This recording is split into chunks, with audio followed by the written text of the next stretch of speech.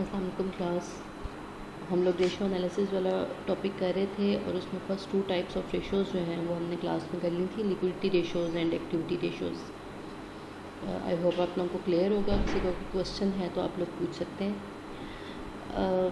Next ratios हमने करनी है, इसमें एक कैटेगरी और ऐड कर लें रेशोज़ में, जिनको हम कहते हैं मार्केट रेशोज़। सो अभी हम पहले करेंगे डेट रेशोज़ और इसके बाद हम प्रॉफिटेबिलिटी एंड मार्केट रेशोज़ जो हैं वो इसके बाद करेंगे। थोड़ी सी अरेंजमेंट चेंज है क्योंकि डेट रेशोज़ ज़रा ज़्यादा रिलेटेड हैं बैलेंस शीट से, और बाकी 2 रेशोज़ जो हैं वो इनकम स्टेटमेंट से ज़्यादा रिलेटेड हैं, तो हम इसलिए पहले डेट रेशोज़ करेंगे। डेट रेशोज़ जो हैं ये क्या होती हैं? डेट रेशोज़ ये बताती हैं कि किसी भी कंपनी में डेट फाइनेंसिंग कितनी है और इक्विटी फाइनेंसिंग कितनी है। This is basically about the financial leverage of the company. Financial leverage means how much amount of debt is being used in the organisation, और शेयर होल्डर्स की amount कितनी है और लोन कितना है। इन दोनों में रेशोज़ कैलकुलेट की जाती हैं। क्यों की जाती हैं? इसलिए की जाती हैं ये देखने के लिए कि किसी भी एक कंपनी ने लोन कितना ज़्यादा लिया हुआ होता है। जितना ज़्यादा किसी कंपनी ने लोन लिया हुआ है, इसका मतलब है कि वो कंपनी हाईली लिवरेज्ड है, उसके ऊपर बहुत सारा उधार है लोगों का। कंपनी जो भी कमाएगी पहले उस पर इंटरेस्ट पे करेगी और जो उसने लोन लिया हुआ होगा वो रिटर्न करेगी। उसके बाद जो बचेगा तो वो शेयर होल्डर्स के हिस्से में आएगा। तो जब भी कोई इन्वेस्टर किसी कंपनी में इन्वेस्ट करने का सोचता है तो वो इंटरेस्टेड होता है ये देखने में कि इस कंपनी ने पहले लोन ज़्यादा लिया हुआ है या नहीं लिया हुआ। अगर लोन ज़्यादा लिया हुआ है तो इसका मतलब है कि आप उस कंपनी के शेयर्स ख़रीदेंगे तो आपको जो डिविडेंड्स मिलने हैं वो सबसे एंड पे मिलने हैं। उससे पहले इंटरेस्ट पेमेंट होगी, जिनके लोन वापस होने हैं वो होंगे, और अगर कुछ बचेगा तो शेयर होल्डर्स के हिस्से में आएगा। तो जो भी इन्वेस्टर किसी कंपनी में इन्वेस्ट करना चाहता है तो उससे पहले वो सोचता है, वो ये 2 चीज़ें देखता है कि इस कंपनी ने ऑलरेडी कितना लोन लिया हुआ है। क्यों देखता है? क्योंकि एक तो वो जानना चाहता है कि क्या ये कंपनी लोन वापस करने की पोजीशन में भी है या नहीं है, या ये बैंकरप्ट हो जाएगी। और दूसरा इसलिए देखता है कि मैं इसको मज़ीद लोन दूं या ना दूं, और क्या मैं इसके शेयर्स ख़रीदूं या ना ख़रीदूं। तो इन सारी बातों का डिसीजन करने से पहले डेट रेशोज़ कैलकुलेट की जाती हैं और देखी जाती हैं कि डिसीजन लेने के लिए कि हम इस कंपनी में इन्वेस्ट करें या ना करें। तो डेट रेशियोज़ जो हैं 2 तरह की होती हैं। फर्स्ट टाइप जो है वो है degree of indebtedness, and second type जो है डेट रेशियो की वो है the ability to service debt. अब सबसे पहले तो इन दोनों का मीनिंग क्या है उसको देखते हैं। द डिग्री ऑफ इंडेटनेस जो है वो ये बताती है, ये वाली रेशो ये बताती है कि एक कंपनी ने लोन कितना लिया हुआ है और उस पर। तो the degree of indebtedness means the amount of debt in relation to other balance sheet items. Other balance sheet items means balance sheet में और कौन से आइटम्स होते हैं? एसेट्स होते हैं और इक्विटी होती है। तो हमने देखना ये है कि डेट जो है एसेट्स एंड इक्विटी के कंपैरिजन में या रिलेशन में कितना ज़्यादा है, या उसकी अमाउंट कितनी ज़्यादा है, तो उसको हम कहते हैं ये डिग्री ऑफ इंडेटनेस है। And ability to service debt, ये रेशो ये बताती है कि जो हमने लोन लिया हुआ है उस पर जो हमने फिक्स्ड अमाउंट्स पे करनी है, फिक्स्ड अमाउंट पेमेंट्स। अब फिक्स्ड अमाउंट्स पेमेंट्स कौन कौन सी होंगी? एक तो अगर हमने लोन लिया हुआ है तो उस पर हमने इंटरेस्ट पे करना है, प्लस जो लॉन्ग टर्म लोन होता है उसकी इंस्टॉलमेंट्स बनी हुई होती हैं, तो हर साल या हर 6 महीने बाद हमने कोई एक फ़िक्स्ड अमाउंट इंस्टॉलमेंट की भी पे करनी होती है, और एक और भी फ़िक्स्ड अमाउंट जो है वो कंपनी ने पे करनी होती है in case of preference share holders अगर आपके पास हैं, या प्रेफरेंस शेयर होल्डर्स आपने इशू किए हुए हैं, तो एक fixed amount of preference dividend भी आपने देना होता है, फ़िक्स्ड अमाउंट ऑफ डिविडेंड देना होता है अपने प्रेफरेंस शेयर होल्डर्स को। तो ये 3-4 टाइप्स हैं फ़िक्स्ड पेमेंट्स की जो कंपनी ने हर हाल में करनी ही करनी है, चाहे उनको जितना मर्ज़ी प्रॉफिट हो या ना हो। तो डिग्री टू सर्विस डेट जो है वो ये बताती है कि कंपनी के पास अपनी ये सारी पेमेंट्स जो फ़िक्स्ड अमाउंट पेमेंट्स कहलाती हैं, इन पेमेंट्स को क्लियर करने के लिए अमाउंट है या नहीं है, या वो इसके पास इतनी एबिलिटी है कि वो अपनी ये फ़िक्स्ड पेमेंट्स को कवर कर सके। तो ये इस रेशो को कहते हैं the ability to service debt. तो जब हम financial leverage of the company find out करते हैं, तो फाइनेंशियल लिवरेज मींस कि एक कंपनी में अमाउंट ऑफ लोन कितनी ज़्यादा है, वो कितनी हाईली लिवरेज्ड है। हाईली लिवरेज्ड का मतलब होता है बहुत ज़्यादा लोन लिया हुआ।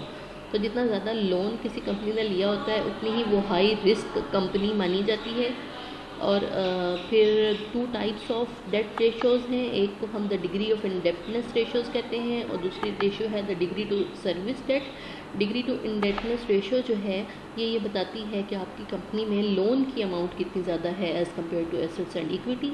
और ability to service debt ratio जो है वो ये बताती हैं कि आपकी कंपनी जो है वो जो फिक्स्ड अमाउंट्स ऑफ पेमेंट्स हैं ड्यू टू लोन वो पे करने के काबिल है या नहीं है। तो ये 2 तरह की रेशोज़ या 2 कैटेगरीज़ हैं ऑफ डेट रेशोज़ की। आते हैं इनकी फर्दर टाइप्स की तरफ। तो इस फर्स्ट टाइप की जो रेशो है वो डेट रेशो भी कहलाती है। जो डेट रेशो वो रेशो है जो डिग्री ऑफ इंडेप्टनेस बताती है किसी कंपनी की। तो इसका जो फॉर्मूला है डेट रेशो का,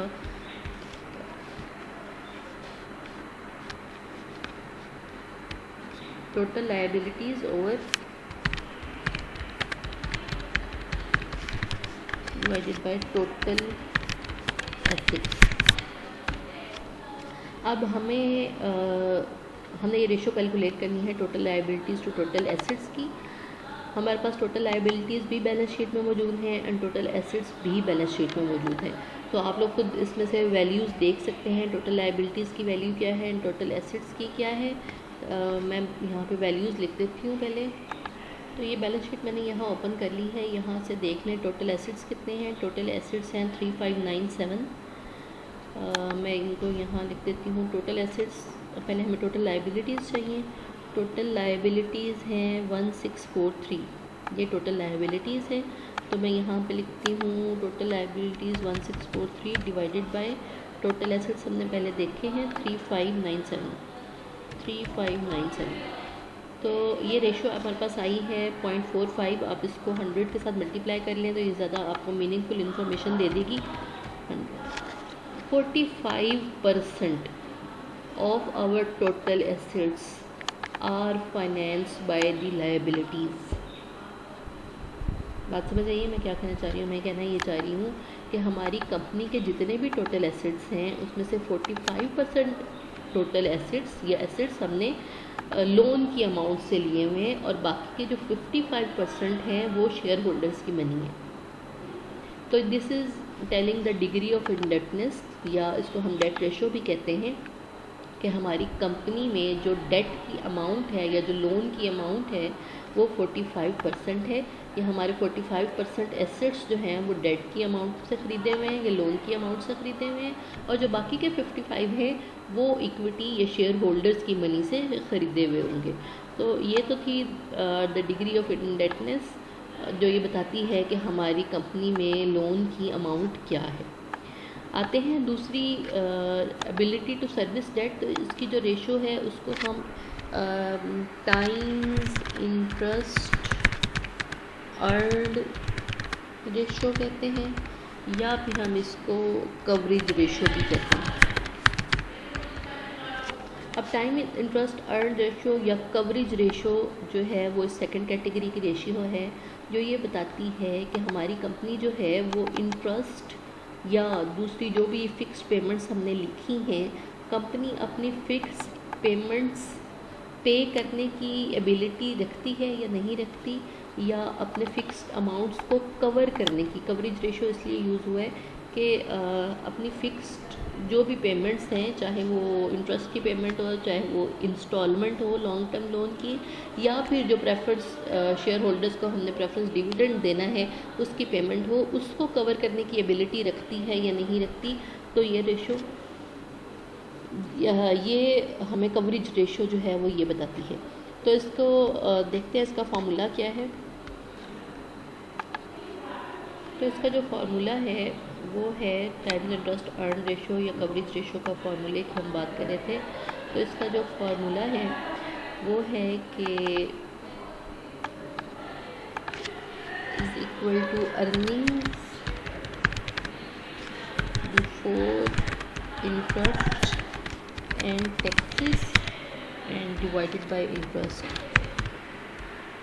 वो इंटरेस्ट जो कंपनी ने पे करना है अपने लोन पे। तो अब हमें ये टू वैल्यूज़ चाहिए।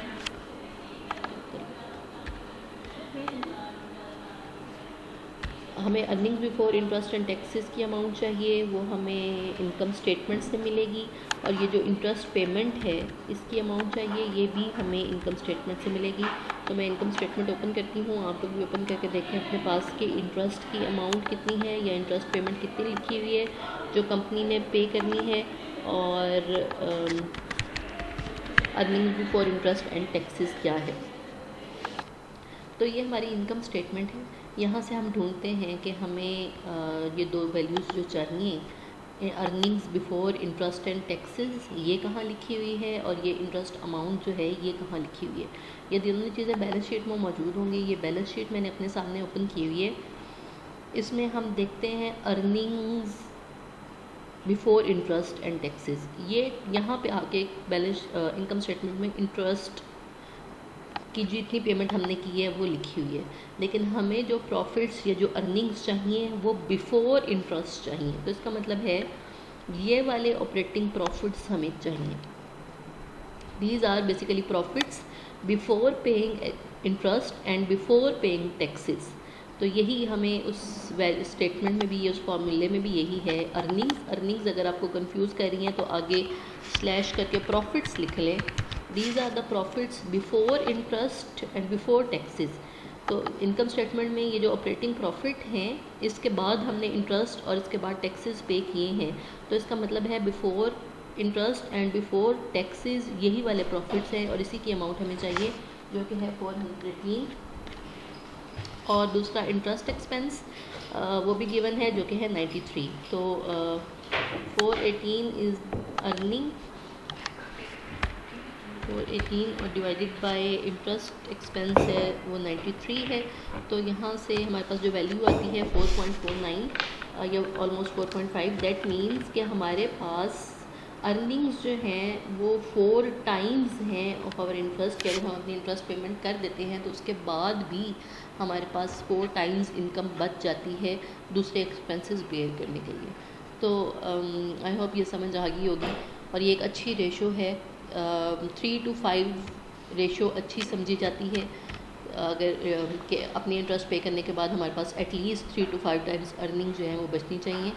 तो ये एक अच्छी रेशो है। और बाकी आप लोगों को पता है कि हम कोई रेशो का रिज़ल्ट अच्छा है या नहीं है उसका कंपैरिजन जब इंडस्ट्री के साथ करते हैं तो हम ज़्यादा बेहतर बता सकते हैं कि ये रेशो, हमारी कंपनी इस रेशो में अच्छा परफॉर्म कर रही है या नहीं कर।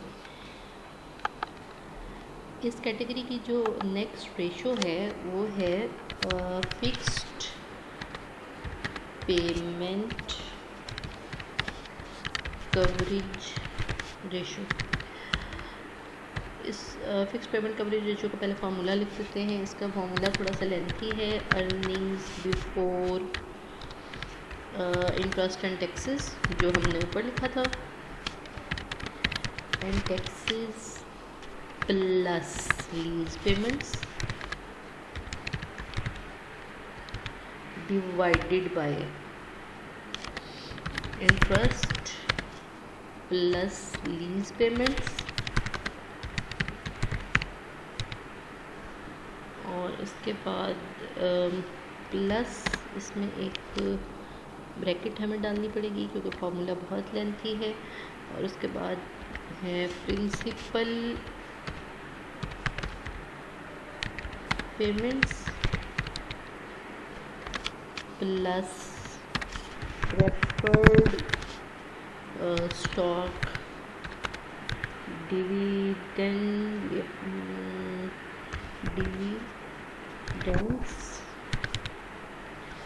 and this then multiplied by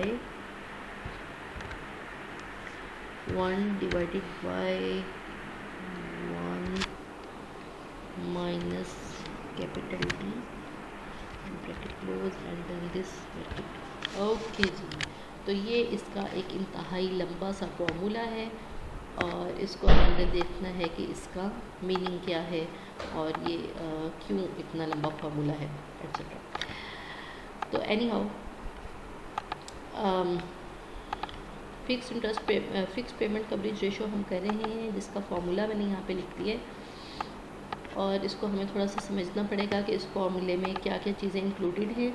सबसे पहले है earnings before interest and taxes. Okay, ये earnings before interest and taxes आपको इनकम स्टेटमेंट से मिल जाएंगी, वो हम पहले देख चुके हैं। प्लस लीज़ पेमेंट्स भी आपको इनकम स्टेटमेंट में मिल जाएंगी, इंटरेस्ट भी इनकम स्टेटमेंट में मिल जाता है प्लस लीज़ पेमेंट्स। और उसके बाद प्रिंसिपल पेमेंट्स क्या होती हैं, आपने जितना लॉन्ग टर्म लोन लिया होता है उसकी हर साल जो आपने इंस्टॉलमेंट पे करनी होती है उसको प्रिंसिपल पेमेंट्स कहते हैं। और प्लस प्रेफर्ड स्टॉक डिविडेंड्स, ये भी आपको इनकम स्टेटमेंट से मिल जाएंगे। बाकी रह जाता है इसमें वैल्यूज़ पुट करके और इसका आंसर कैलकुलेट करना। तो जाते हैं इनकम स्टेटमेंट की तरफ और उसमें पहले ये सारी चीज़ें ढूंढते हैं और उसके बाद हम उसकी वैल्यूज़ जो हैं इस फार्मूला में पुट करेंगे। तो सबसे पहले इनकम स्टेटमेंट आप लोग अपने पास ओपन कर लें। ये इनकम स्टेटमेंट मैंने ओपन कर ली है। यहाँ पे हमें सबसे पहले जो चाहिए वो है income before interest and taxes. वो लास्ट टाइम भी मैं आपको बता चुकी हूँ कि यहाँ पे हमने इंटरेस्ट पे किया है तो इससे पहले वाली जो इनकम है वो हमें चाहिए, जो कि है ऑपरेटिंग प्रॉफिट। तो इसी को हम income before interest and taxes भी कहते हैं। ये हमें मिल गया। फिर उसके बाद दूसरी चीज़ लीज़ एक्सपेंस था, तो ये यहाँ पे लीज़ एक्सपेंस भी गिवन है, लीज़ एक्सपेंस 35, ये भी हमें मिल गया।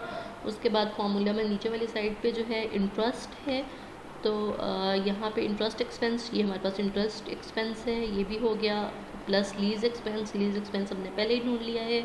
प्लस प्रिंसिपल रीपेमेंट्स, वो कहाँ से आएंगी, यहाँ पे ढूंढे कहीं आपको प्रिंसिपल पेमेंट मिली है कि जो हमने इंस्टॉलमेंट पे करनी है, वो operating, selling, general, lease, depreciation, इसमें कहीं भी वो इंक्लूडेड नहीं है कि प्रिंसिपल पेमेंट की अमाउंट क्या है। तो आपके ख्याल में हमें कहाँ से मिलेगी? बैलेंस शीट चेक करते हैं, शायद बैलेंस शीट में गिवन हो। ये बैलेंस शीट है हमारे पास। यहाँ पे देखिए कहीं आपको पेमेंट, प्रिंसिपल पेमेंट नज़र आ रही है, एसेट्स में भी नज़र नहीं आएगी ओबियसली।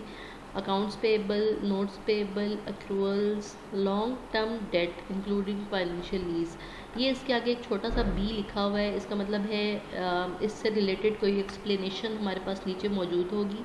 तो हम बैलेंस शीट में नीचे जब जाते हैं तो यहाँ ये बी लिख के इन्होंने कुछ एक्सप्लेनेशन लिखी हुई है और इसमें लिखा हुआ है annual principal repayments on the portion of the firm's total outstanding debt about to 71,000। इसका मतलब है यहाँ पे 71,000 जो लिखा हुआ है ये हमारी प्रिंसिपल अमाउंट है जो हमने रीपे करनी है और यही वाली वैल्यू हमें चाहिए थी जो हम ढूंढ रहे हैं। और इसके बाद क्या रह गया है जो हमने अभी देखना था, प्रेफर्ड स्टॉक डिविडेंड्स रह गए हैं। यस, प्रेफर्ड स्टॉक डिविडेंड्स भी आपको बैलेंस शीट में से नहीं मिलेंगे, इनकम स्टेटमेंट में से मिलेंगे। इनकम स्टेटमेंट पे जाते हैं और इसमें यहाँ पे एंड पे जब नेट प्रॉफिट आफ्टर टैक्सेस के बाद हमने डिविडेंड्स पे करने होते हैं तो ये प्रेफर्ड स्टॉक डिविडेंड्स की अमाउंट लिखी हुई है जो कि है ये 100,000, जो भी 00 इसके साथ आप लगा लें, नाम लगाए, कोई फ़र्क नहीं पड़ता। तो इसकी वैल्यू जो है 10 है। तो अब हम वैल्यू पुट करते हैं फार्मूला में और फिर हम उसको सॉल्व करेंगे। वैल्यूज़ पुट करना स्टार्ट करते हैं। तो ये सारी वैल्यूज़ मैंने इसमें एंटर कर दी हैं। इसमें 29% टैक्स रेट है, वो हमें गिवन था। तो इसके जो कैलकुलेट करके देख लें, जो आंसर आता है वो आता है 1.9। कैलकुलेटर से सॉल्व करेंगे तो ज़्यादा इजीली सॉल्व हो जाएगा। अब रेशो का आंसर है 1.9। दैट मीन्स हमारी कंपनी के पास जो इनकम है वो अपनी फ़िक्स पेमेंट्स करने के बाद वन या फिक्स पेमेंट से 1.9 टाइम्स या ऑलमोस्ट 2 टाइम्स ज़्यादा है। तो ये रेशो ये बताती है कि हमारी कंपनी कितनी रिस्की है। इस वैल्यू का आंसर, ये इस रेशो का आंसर जितना बड़ा होगा रिस्क फैक्टर उतना कम है, तो इन्वेस्टर इजीली उस कंपनी में इन्वेस्ट कर सकता है एज़ कम्पेयर टू कि अगर ये इस रेशो का आंसर लेस देन 1 हो। अगर इस रेशो का आंसर लेस देन 1 हो तो इसका मतलब है कंपनी जो है अपने फिक्स्ड इंटरेस्ट फिक्स पेमेंट्स जो है वो कवर करने के काबिल नहीं है, तो वो हाईली रिस्क कंपनी है। और अगर वो कंपनी जो है अपने फिक्स्ड पेमेंट्स कवर करने के काबिल है और उसके रेशो 1 पॉइंट से ज़्यादा है, तो दैट मीन्स कंपनी में रिस्क फैक्टर कम है और इन्वेस्टर जो है वो उसमें इन्वेस्ट कर सकता है। तो आई होप ये दोनों आपको क्लियर होंगी और आप इसकी प्रैक्टिस करेंगे तो आपको इसकी ज़्यादा बेहतर समझ आ जाएगी। आज के लिए बस इतना ही, मेरा ख्याल है नेक्स्ट क्लास का टाइम है। जो प्रॉफिटेबिलिटी रेशोज़ हैं और मार्केट रेशोज़ हैं, ये मैं इसके लिए नेक्स्ट लेक्चर रिकॉर्ड करूँगी। Thank you so much and अल्लाह हाफिज़।